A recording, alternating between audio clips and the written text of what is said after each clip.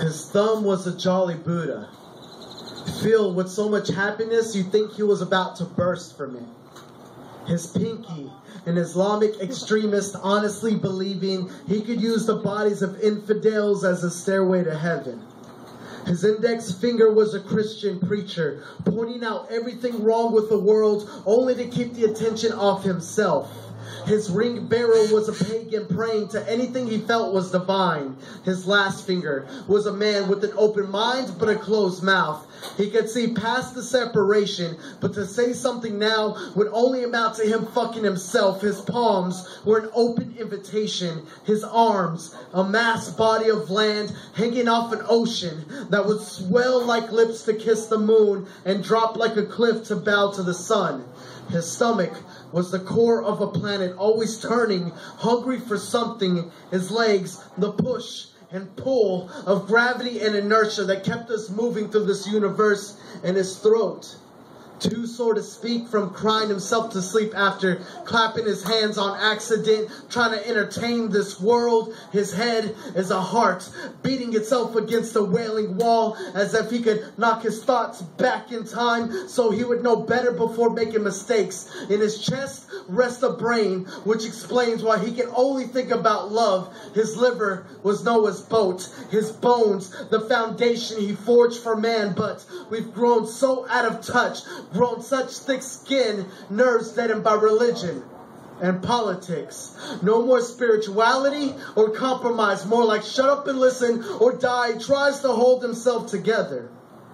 The people living off the land and the water stake their claim, but wanting all of it. So they leave their marks, fingernails across his biceps, factory runoff and wastelands in the wake. There's lead poison in the soil under the swing sets, just like JB said, drilling into the ocean. Oil leaks leave bruises on his chest. He starts to question whose image he was made in. Since he bleeds like a machine, he coughs from blackened lungs and can't catch his breath. Ask Katie if they've ever felt the Messiah shaking as his lungs continue to explode and collapse as the water spills over onto Pakistan and Japan, and watering the land only grows death, and war is blooming over Iran, and he wonders who will call for peace. So the jolly Buddha enters the center of the palm, inviting them all to get along. The extremist plants a bomb, inviting them all to hell. The preacher offers salvation, just don't forget to make a donation. And the pagans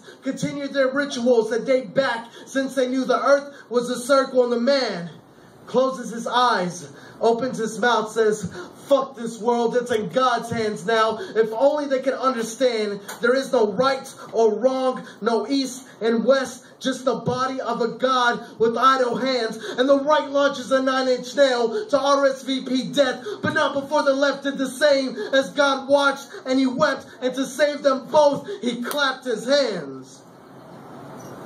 And as he pulled them apart, he could hear them say, it's in God's hands now. And 2 more nails were launched. He claps again. He applauded them for their faith. If only they could understand that they are God. In order to pour the water back into the ocean, to calm an infant nation from sobbing, it would take all of them. You see, the East cannot survive on the bread of the earth alone.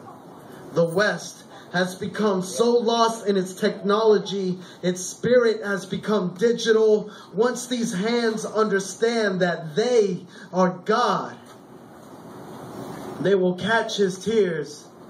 No more need for them to fall. They will hold his head, no longer beating itself against the wailing wall, and together they will pray glory to his God. You see, knowledge lives in the chest. Once we truly understand each other, we can love this world for what it is. Come on.